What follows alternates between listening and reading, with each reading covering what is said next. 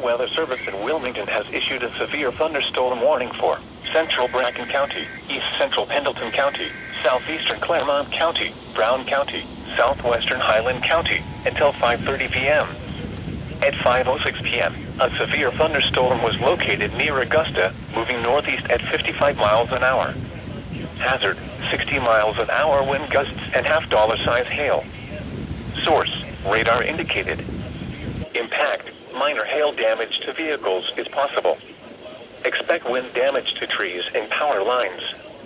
Locations impacted include Georgetown, Mount Orab, Bethel, Williamsburg, Augusta, Sardinia, Felicity, Brooksville, Hammersville, Morristown, Fayetteville, Higginsport, St. Martin, Neville, Shiloh, Chasetown, Danville in Highland County, Willow Grove, Bradford and Saltaire.